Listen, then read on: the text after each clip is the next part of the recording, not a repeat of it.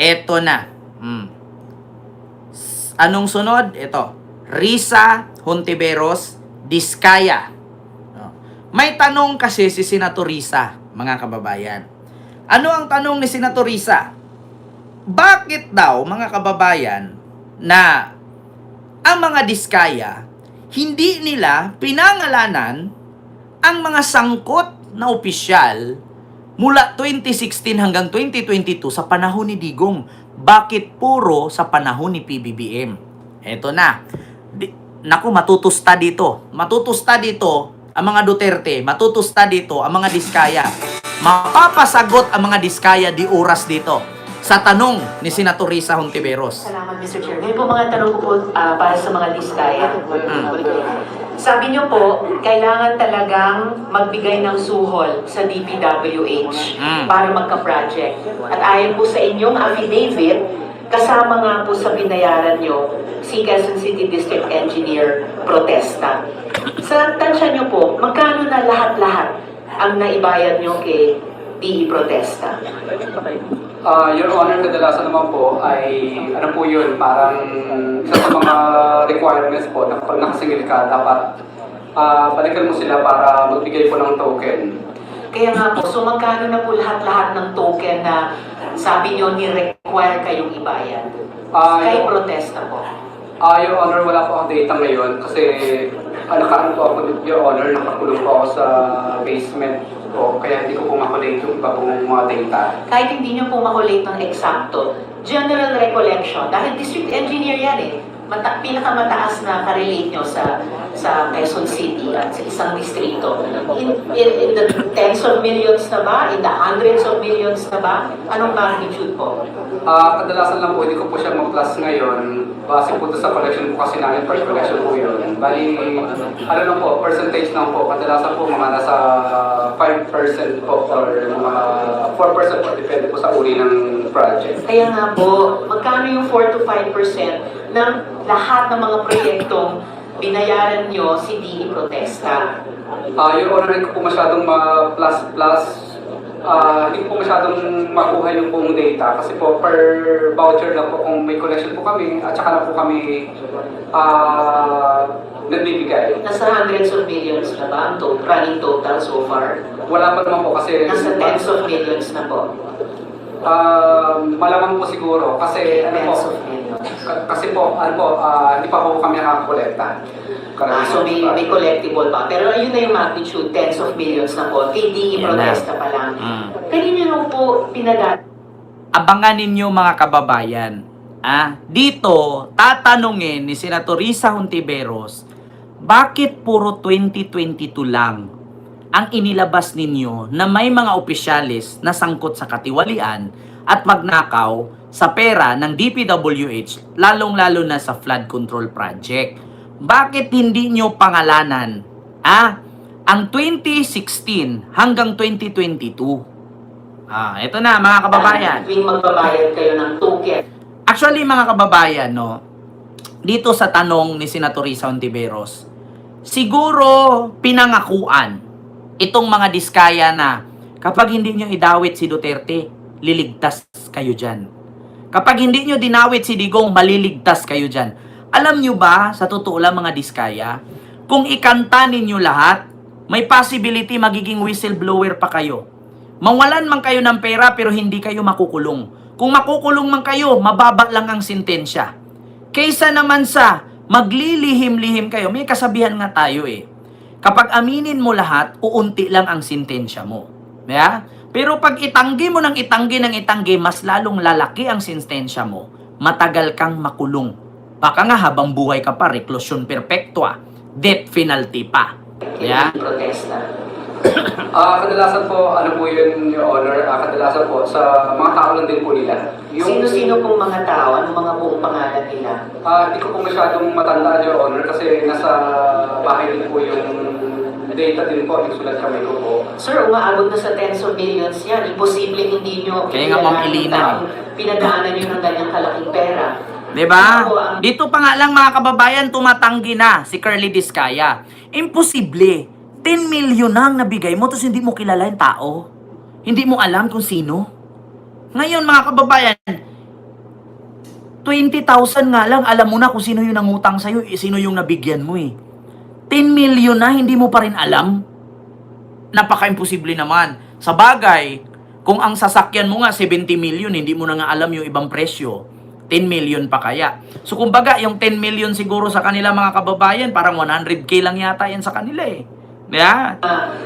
Tumatanggap ng token ninyo para kay DE Protesta. Kadalasan lang po may naka-appoint lang po sila kung sino din po kadalasan yung mga negotiator sa bidding po na tumatanggap ng tinatawag na buyout. Sila din halos po yung kumukuha. Sino po yung negotiated or appointed negotiator na yon? Alam ko po, nasa cellphone ko po yun. Bali, ngayon kasi po, bawal po ako magkaroon ng cellphone kasi nakakulong po ako sa basement po. Kahit ano, yung huling appointed negotiator na tumanggap ng token nyo kay DE Protesta. Ang galing ni Senator Risa magtanong. magtanong.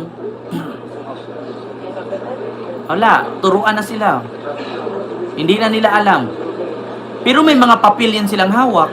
Yung dati po, yung panahon po ni DE de Vedetera, kay Ma'am Elena lang po namin, Ma'am Elena po namin binibigay. Pero yung po, yun na po matanda na sa cellphone ko. Anong apelido ni Ma'am Elena? Kita ninyo? Buti pa ang abogado, alam. Diba?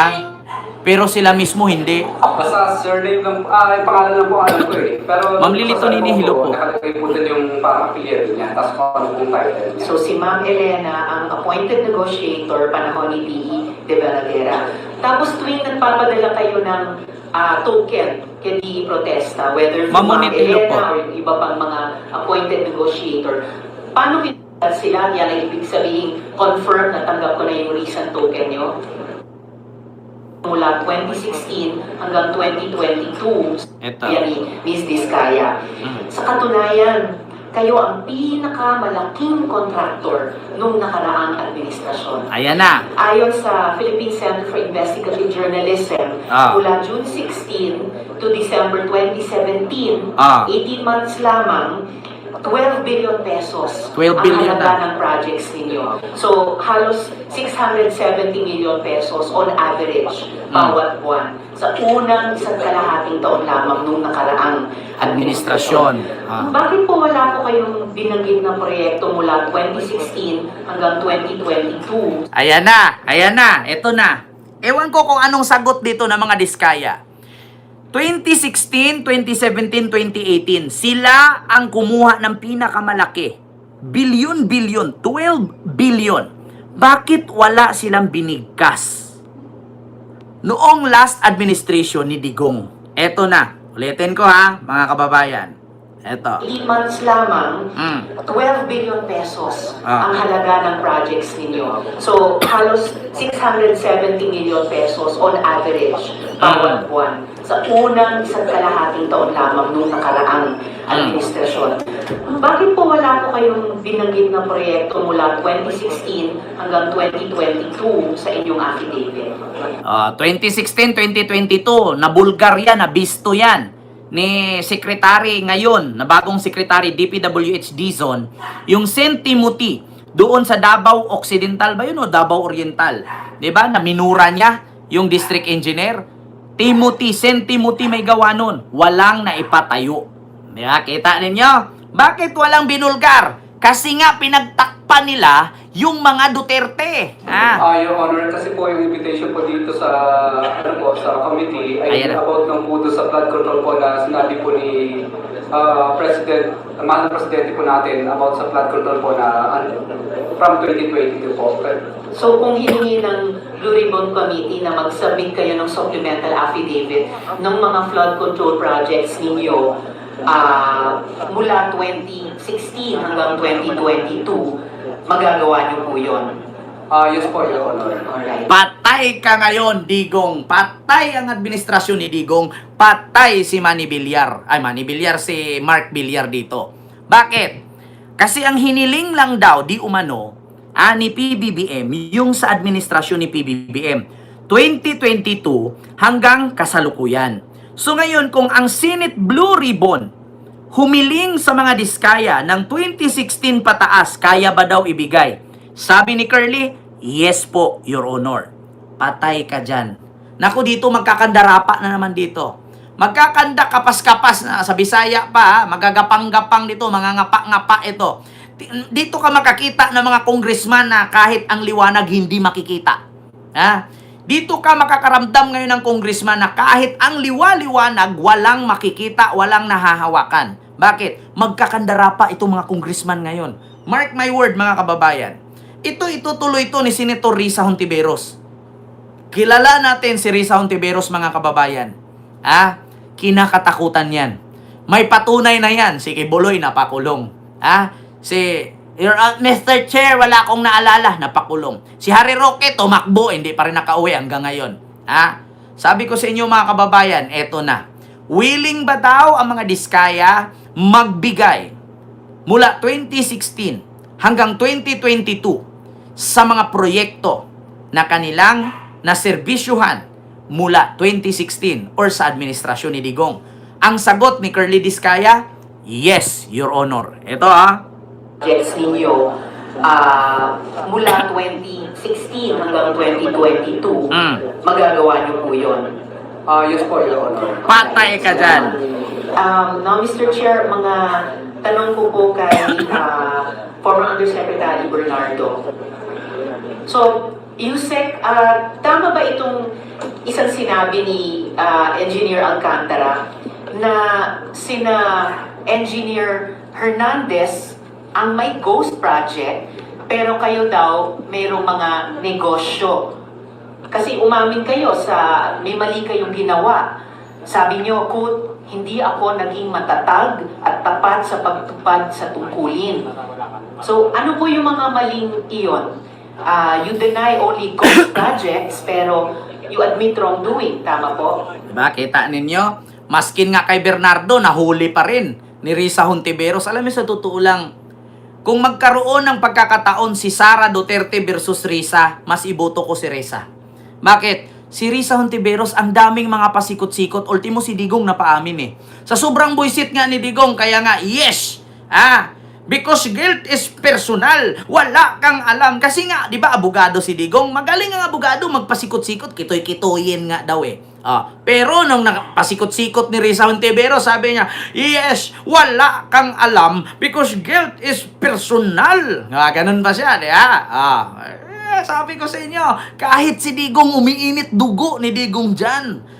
Sabi ko sa inyo, pag dumating ang eleksyong 2028, kung si Risa lang din naman at si Sara ang maglaban, mas iboto ko si Risa. Yun ang totoo, mga kababayan. Bakit? Anong nagawa ng libro? May naipakulong ba? Anong nagawa ng libro? Nabasa ba ng mga senior citizen? Nagkaroon ba sila ng gamot? Nabasa ba ng mga batang yagit na natutulog sa lansangan? Nagkaroon ba ng bahay?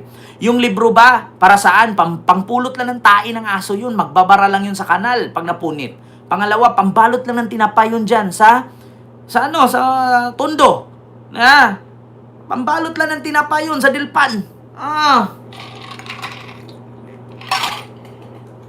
Walang kwenta ang libro. Yan lang. Mas may kwenta pa yung may maipakulong ka at mabigyan ng hustisya yung mga biktima. Kung magkakaroon ng pagkakataon, dalawang babae ang maglaban sa 2022 eleksyon, si Sara at si Risa, mananalo si Risa. Mark my word.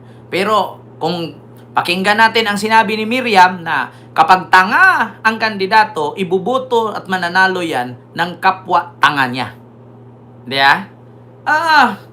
Di ba? So yun lang mga kababayan.